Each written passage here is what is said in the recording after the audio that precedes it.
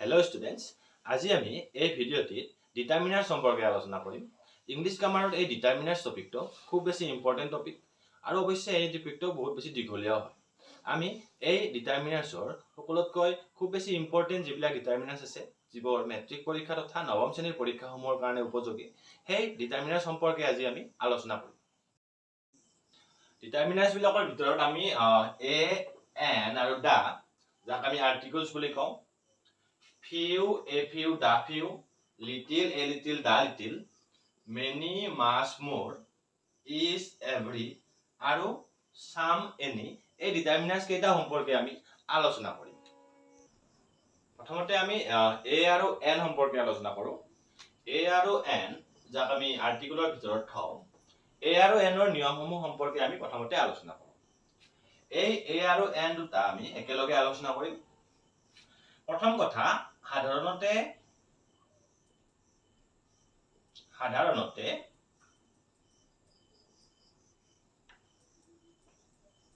কনসনেন্টৰ আগত এ বহে আৰু ভায়েলৰ আগত এন বহে। সাধাৰণতে কনসনেন্টৰ আগত এ বহে আৰু ভায়েলৰ আগত এন বহে। কিন্তু এই নিয়মটো কেতিয়াবা কেতিয়াবা বেলেগ বেলেগ বিশেষ ক্ষেত্ৰত সলনি হয়। সেই নিয়মসমূহ সম্পৰ্কে আমি ইয়াত আলোচনা কৰিম। তো এই নিয়মটোৰ যদি আমি দুটামান উদাহৰণ লওঁ, he gave me a book, he gave me orange। এই দুটা উদাহৰণ আমি লৈ লওঁ। he gave me this book, ইয়াত আমি লিখিব লাগিব a book, কাৰণ b টো হৈছে কনসনেন্ট। আৰু দ্বিতীয় যেটা উদাহৰণ আছে, he gave me this orange, ইয়াত আমি লিখিব লাগিব an orange, কাৰণ o টো হৈছে ভাৱেল। তো প্ৰথম নিয়মটোত আমি পালো যে সাধাৰণতে কনসনেন্টৰ আগত a বহিব আৰু ভায়েলৰ আগত n বহিব। এটো হৈছে প্ৰথম নিয়ম। এতিয়া আমি a আৰু n ৰ দ্বিতীয় নিয়মটো আলোচনা কৰো। দ্বিতীয় নিয়মটো মতে কেতিয়াবা কি হয়, কনসনেন্টৰ আগতো তোমালোকে n দিব লাগিব আৰু কেতিয়াবা ভায়েলৰ আগতো তোমালোকে a দিব লগা হ'ব পাৰে। এতিয়া আমি সেই যিবিলাক যিটো নিয়ম আছে সেই নিয়মটো আমি কেইটামান উদাহৰণৰ সহায়ত আলোচনা কৰিম। ধৰা হল আমি এটা প্ৰথম উদাহৰণ লওঁ,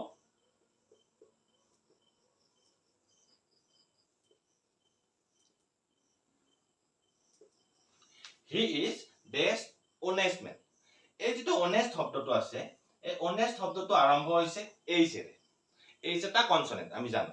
এতিয়া যদিও এই শব্দটো h এৰে আৰম্ভ হৈছে, কিন্তু ইয়াতে আমি h ৰ উচ্চাৰণটো কৰা নাই, মানে আমি তো honest বুলি কোৱা নাই, h ৰ পিছত যেটো o আছে সেই উচ্চাৰণটোহে কৰিছো, অৰ্থাৎ ভায়েলৰ দৰে আমি উচ্চাৰণ কৰিছো।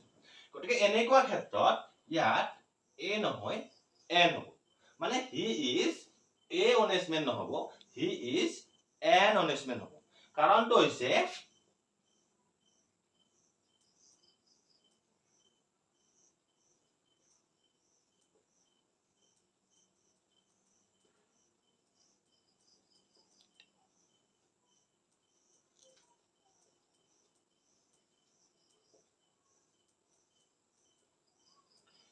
কনসনেন্টেৰে আৰম্ভ হৈও উচ্চাৰণ কিন্তু ভায়েলৰ দৰে হৈছে।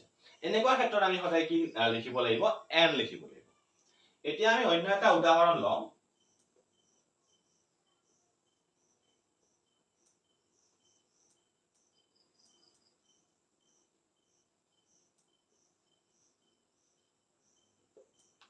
he is this university student। এতিয়া তোমালোকে চাবা ইউ টো হৈছে এটা ভাৱেল, কিন্তু ভাৱেল হোৱাৰ পিছতো আমি ইয়াত লিখিব লাগিব a, he is a university student। এতিয়া আমি চাও ইয়াতে a কিয় হৈছে। এই যেটো ইউনিভাৰ্সিটি শব্দ আছে,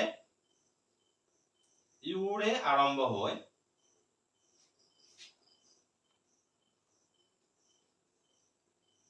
উচ্চাৰণ আৰ দৰে নহয়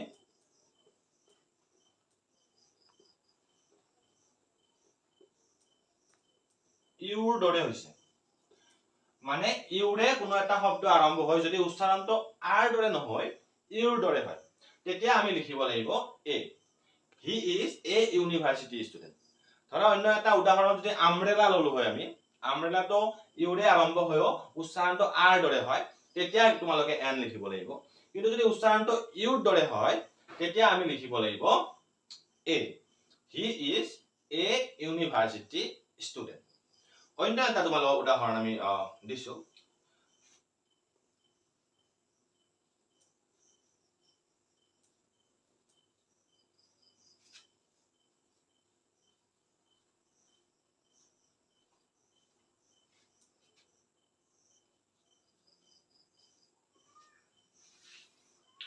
এই যেটো উদাহৰণ আমি লৈছো she gave me this 1 rupee note she gave me this 1 rupee note এতিয়া এই ক্ষেত্ৰটো আমি লিখিব লাগিব a 1 rupee note ইয়াৰ আমি কাৰণটো কৈছো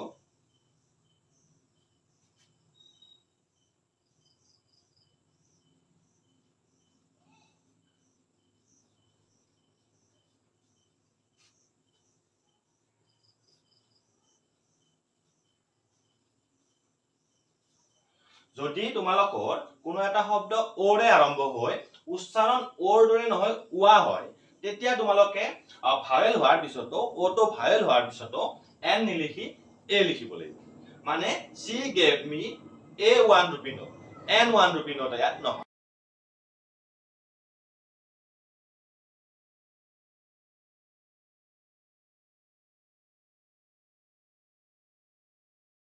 এতিয়া আমি দাৰ ব্যৱহাৰ সম্পৰ্কে আলোচনা কৰিম এতিয়া দা ব্যৱহাৰৰ যেটো প্ৰথম নিয়ম আছে প্ৰথম নিয়মটো আলোচনা কৰো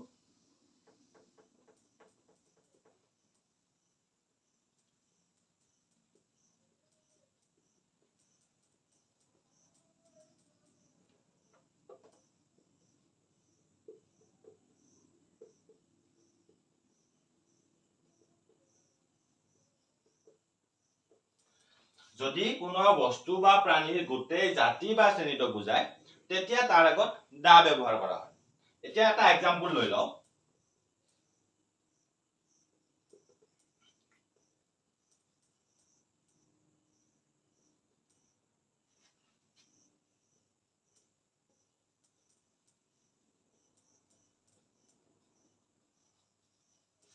This cow is a domestic animal cow is a domestic animal এই ক্ষেত্ৰত আমি ইয়াত দা ব্যৱহাৰ কৰিব লাগিব কাৰণ কাউৰ যিটো গোটেই জাতিটো বুজোৱা হৈছে সেইবাবে ইয়াতে দা cow is a domestic animal হ'ব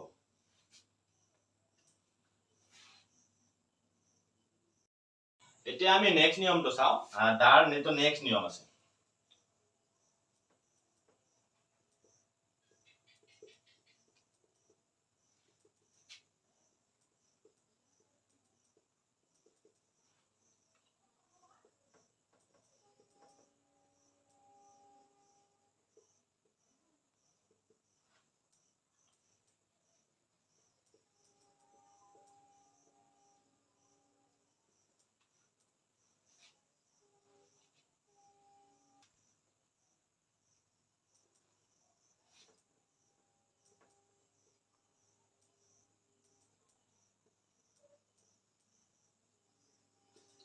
মহাসাগৰ সাগৰ পৰ্বতমালা জাহাজ বাতৰি কাকত গ্ৰহ নক্ষত্ৰ আদিৰ আগত দা হয় উদাহৰণ স্বৰূপে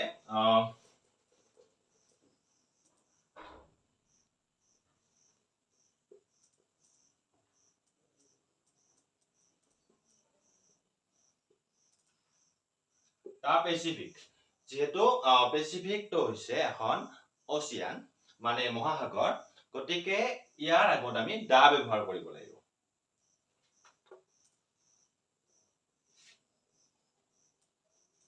ঠিক তেনেকে হিমালয়ৰ আগত দা হ'ব কাৰণ এটো হৈছে পৰ্বতমালা গতিকে এনেকুৱা ধৰণৰ যিবিলাক আমি উদাহৰণ লম যেনেকে ধৰা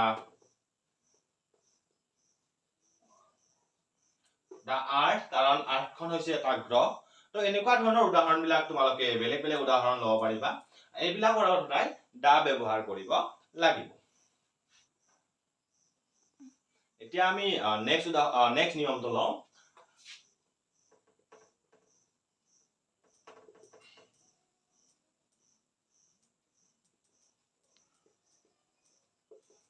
সুপাৰলেটিভ ডিগ্ৰীৰ আগত দা ব্যৱহাৰ কৰা হয়। সুপাৰলেটিভ ডিগ্ৰী মানে হৈছে সকলোতকৈ, চবতকৈ। এনেকুৱা ক্ষেত্ৰত সদায় কি হ'ব, দা ব্যৱহাৰ হ'ব। উদাহৰণস্বৰূপে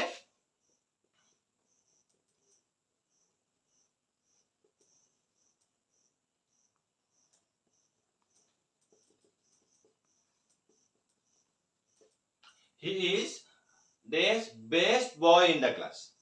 ইয়াতে বেস্ট বয় কৈছে, সকলোতকৈ ভাল। তেনেকুৱা ক্ষেত্ৰত আমি কি কৰিব লাগিব, the best boy in the class। তেনেকুৱা ধৰণে অন্য এটা উদাহৰণ,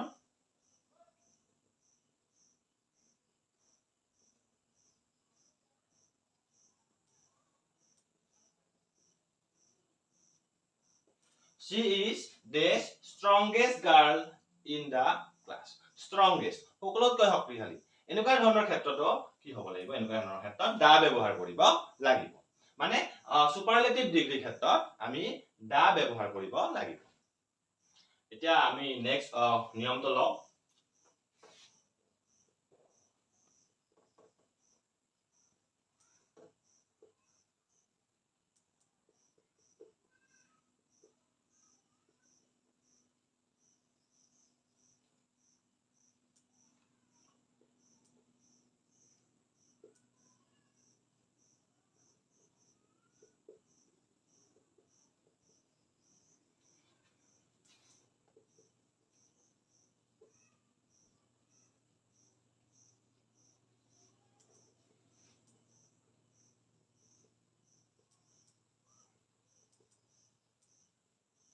এইটো নিয়ম, ভাষাৰ নামৰ আগত সাধাৰণতে দা নবহে, কিন্তু যদি ভাষাৰ নামৰ পিছত লেংগুৱেজ শব্দটো লিখি দিয়া থাকে তেতিয়া দা ব্যৱহাৰ হ'ব। মানে ভাষাৰ নামৰ আগত সাধাৰণতে দা ব্যৱহাৰ নহয়, কিন্তু যদি ভাষাৰ নামৰ পিছত লেংগুৱেজ শব্দটো ব্যৱহাৰ কৰা হয় তেতিয়া আমি দা ব্যৱহাৰ কৰিব লাগিব। ধৰা হ'ল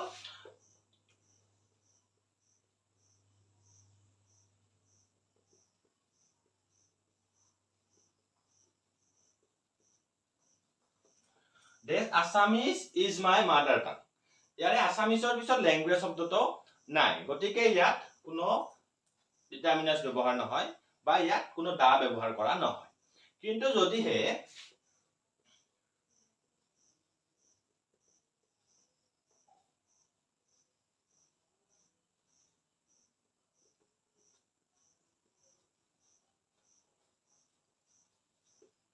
এইটো উদাহৰণ লওঁ, this English language is not very easy। তো এনেকুৱা ধৰণৰ যিটো বাক্য আছে, মানে ইংলিছৰ পিছত লেংগুৱেজ শব্দটো ইয়াত ব্যৱহাৰ হৈছে। ইংৰাজী ভাষাটো মানে ইংৰাজীৰ পিছত যি লেংগুৱেজ, এই লেংগুৱেজটো ইয়াত ব্যৱহাৰ কৰা হৈছে। তেনেকুৱা ক্ষেত্ৰত আমি ইয়াত দা দিব লাগিব, ক'ব লাগিব the English language is not very easy। তো আমি ইয়াতে এ এন আৰু দাৰ ব্যৱহাৰৰ কথা শিকিলো। আৰু এতিয়া আমি এ এন আৰু দাৰ পিছত বাকি যিবিলাক ডিটাৰমিনেন্ট আছে সেই ডিটাৰমিনেন্টছ বিলাক সম্পৰ্কে আলোচনা কৰো। এতিয়া আমি few, a few, the few, little, a little, the লিটিলৰ নিয়ম সম্পৰ্কে ফিউ আৰু লিটিলৰ যিটো পাৰ্থক্য সেইটো হৈছে ফিউৱে সংখ্যাবাচক বুজায়, মানে কাউন্টেবল নাউন, সংখ্যাবাচক, আৰু লিটিলে বুজায় পৰিমাণবাচক, যাক পৰিমাণ হিচাপত ব্যৱহাৰ কৰা হয়। যেনেকৈ ধৰা আমি যদি আমৰ কথা কওঁ, আমবিলাক আমি সংখ্যাত ক'ব পাৰো, কিন্তু যদি আমি পানীৰ কথা কওঁ, পানীক আমি সংখ্যাত নুবুজাওঁ, পানীক আমি পৰিমাণত বুজাওঁ। ইমানখিনি আছে তেনেকুৱা ধৰণৰ। কিন্তু আমৰ ক্ষেত্ৰত আমি কেইটামান যিকেইটা আছে সংখ্যাত আমি কওঁ। গতিকে সংখ্যাবাচক হলে ফিউ ব্যৱহাৰ হ'ব আৰু পৰিমাণবাচক হলে লিটিল ব্যৱহাৰ হ'ব। এতিয়া আহো আমি ইয়াৰ যিখিনি ব্যৱহাৰ আছে সেইখিনি। ফিউ আৰু লিটিলে নায়ে বুজায়। যদি আমাৰ নায়ে বুজায়, মানে নায়ে আৰু তেনেকুৱা ধৰণৰ ক্ষেত্ৰত আমি ফিউ বা লিটিল ব্যৱহাৰ কৰিব লাগিব। এইটোতো একেই কথা, যদি সংখ্যাবাচক ক্ষেত্ৰত নায়ে বুজায় তেতিয়া ফিউ, আৰু পৰিমাণবাচক ক্ষেত্ৰত নায়ে বুজালে লিটিল ব্যৱহাৰ কৰা হ'ব। আৰু এ ফিউ আৰু এ লিটিলে কেইটামান বা অলপমান বুজায়। মানে যদি সংখ্যাবাচক ক্ষেত্ৰত কেইটামান হয় তেতিয়া এ ফিউ, আৰু পৰিমাণবাচক ক্ষেত্ৰত যদি অলপমান হয় তেতিয়া এ লিটিল ব্যৱহাৰ কৰিব লাগিব। ঠিক তেনেকে দা ফিউ আৰু দা লিটিল, দা ফিউ আৰু দা লিটিলে যিকেইটা আছে বা যিখিনি আছে গোটেইখিনিকে বুজায়। মানে ইয়াৰ ক্ষেত্ৰতো যিখিনি আছে বা যিকেইটা আছে গোটেইখিনিক বুজালে যদি সংখ্যাবাচকৰ ক্ষেত্ৰত বুজোৱা হয় তেতিয়া ফিউ আৰু যদি পৰিমাণবাচকৰ ক্ষেত্ৰত বুজোৱা হয় তেতিয়া লিটিল দা লিটিল। তো কেনেকুৱা ধৰণৰ হ'ব, ধৰা মোৰ হাতত থকা গোটেইখিনি পইচা গোটেইখিনি টকাক বুজাইছো, তেনেকুৱা ক্ষেত্ৰত আমি দা লিটিল ব্যৱহাৰ কৰিব লাগিব যিহেতু টকাটো পৰিমাণবাচক। ঠিক তেনেকে বস্তাখনত থকা গোটেইখিনি আমক যদি আমি বুজাও তেতিয়া আমি দা ফিউ ব্যৱহাৰ কৰিব লাগিব যিহেতু আমবিলাক সংখ্যাবাচক। তো এতিয়া আমি উদাহৰণ কেইটামান লৈছো। These men are perfect. These men are perfect মানে তোমাৰ কোনো মানুহে পাৰফেক্ট নহয়। তো মানে ইয়াতে প্ৰায় নায়ে বুজাইছে, কোনোৱে নহয়। তেনেকুৱা ক্ষেত্ৰত আমি ইয়াতে দিব লাগিব few men are perfect। যেটো মানুহ হৈছে সংখ্যাবাচক সেইকাৰণে ইয়াতে আমি few দিছো, আৰু ইয়াত নায়ে বুজাইছে সেইকাৰণে আমি ইয়াতে few দিছো। আৰু ইয়াত ধৰা ইয়াত দিয়া আছে he has less confidence, ধৰা হল তাৰ কনফিডেন্স নাই, তেনেকুৱা ধৰণৰ ক্ষেত্ৰত আমি ইয়াত দিব লাগিব লিটিল। এতিয়া only these men came to the meeting। only মানে হৈছে মাত্ৰ এনেকুৱা ধৰণৰ, only মানে কেইটা মানে বুজাব ন, গতিকে only থাকিলে ইয়াত আমি লিখিব লাগিব only a few men, কেইজনমান মানুহে মিটিংখনলৈ আহিছিল, গতিকে ইয়াত হ'ব only a few men। লগতে there is only this milk in the cup, তো ইয়াত আমি লিখিব লাগিব a little, মানে অলপমানহে গাখীৰ আছিল। তো তোমালোকে সহজ ভাষাত বুজিবলৈ যদি only শব্দটো থাকে তোমালোকে a few বা a little তোমালোকে ল'ব পাৰিবা, কাৰণ only কেইজনমান বা কেইটামানক বুজায়। তো এনেকুৱা ধৰণৰ ক্ষেত্ৰত তোমালোকে যদি সংখ্যাবাচক থাকে a few লিখিবা, আৰু যদি পৰিমাণবাচক থাকে a little লিখিবা। এতিয়া আমি অন্যটো লৈছো, he gave me these books that he had। he gave me these books that he had, এই he had টো আমি লিখা মানে বুজাইছে যে তাৰ লগত থকা গোটেইখিনি কিতাপ সি মোক দিছিল। তো এনেকুৱা ক্ষেত্ৰত আমি লিখিব লাগিব দা ফিউ, যেহেতু বুকস তো সংখ্যাবাচক আমি লিখিব লাগিব দা ফিউ।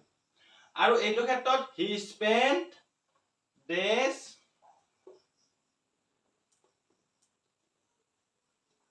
money he had, তো ইয়াত লিখিব লাগে আমি দা little. he spent the little money he had, মানে তাৰ লগত থকা গোটেইখিনি টকা সি কি কৰিছিলে, পইচা সি স্পেন্ড কৰিছিলে।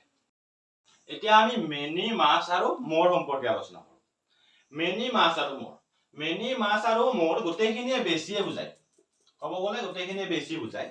মেনি মাছ আৰু মোৰে বেছি বুজায়, কিন্তু কথাটো এনেকুৱা ধৰণৰ যদি সংখ্যাবাচক বেছি হয়, ধৰা হল মিটিংখনত বহুত মানুহ আহিছে, এটা বহুত বা বেছি মানুহ আহিছে, মানুহবিলাক কিন্তু আমি সংখ্যাবাচক, মানুহবিলাকক আমি নাম্বাৰছত বুজাও, তো তেনেকুৱা ক্ষেত্ৰত ইয়াত মেনি পিপলছ হ'ব।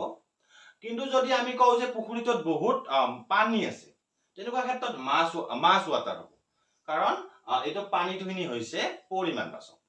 ঠিক তেনেকে মোৰটো কেনেকুৱা ধৰণৰ, যে তোমাতকৈ মোৰ বেছি আছে, বা এনেকুৱা ক্ষেত্ৰত কি হ'ব মোৰ হ'ব, বা তাইতকৈ তাই ধুনীয়া, তেনেকুৱা ধৰণৰ যদি তুলনা কৰো তেতিয়া মোৰ বিউটিফুল, তেনেকুৱা ধৰণে এইটো ব্যৱহাৰ হ'ব। আমি উদাহৰণ তিনিটা লৈ লওঁ মেনি মাছ আৰু মোৰ। তো প্ৰথম উদাহৰণটো চাবা, these people came to the meeting, ধৰা হল মিটিংখনত বহুত মানুহ আহিছিল, তেনেকুৱা ক্ষেত্ৰত মেনি হ'ব, কাৰণ যেহেতু মানুহবিলাক হৈছে সংখ্যাবাচক। এতিয়া ইয়াত যদি কওঁ he spent this money, ধৰা হল সি বহুত পইচা খৰচ কৰিছিল, তেনেকুৱা ধৰণৰ ক্ষেত্ৰত হ'ব much money, কাৰণটো হৈছে টকা পইচা বিলাক হৈছে পৰিমাণবাচক। ঠিক তেনেকে she is less intelligent than Sita, ইয়াত তুলনা কৰা হৈছে, আৰু সেইকাৰণে ইয়াত লিখিব লাগিব she is more intelligent than Sita, যে তাই চিতাতকৈ বেছি বুদ্ধিয়ক।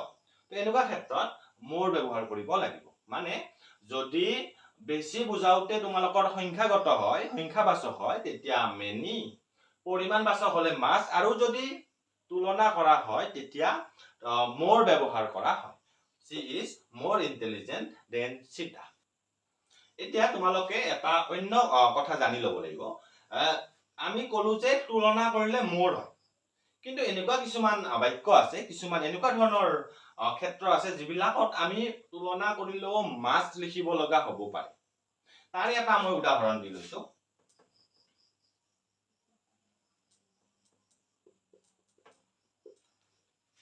মেট্ৰিক পৰীক্ষাত এটা খুব আহি থকা এটা ডিটাৰমিনাৰ্ছ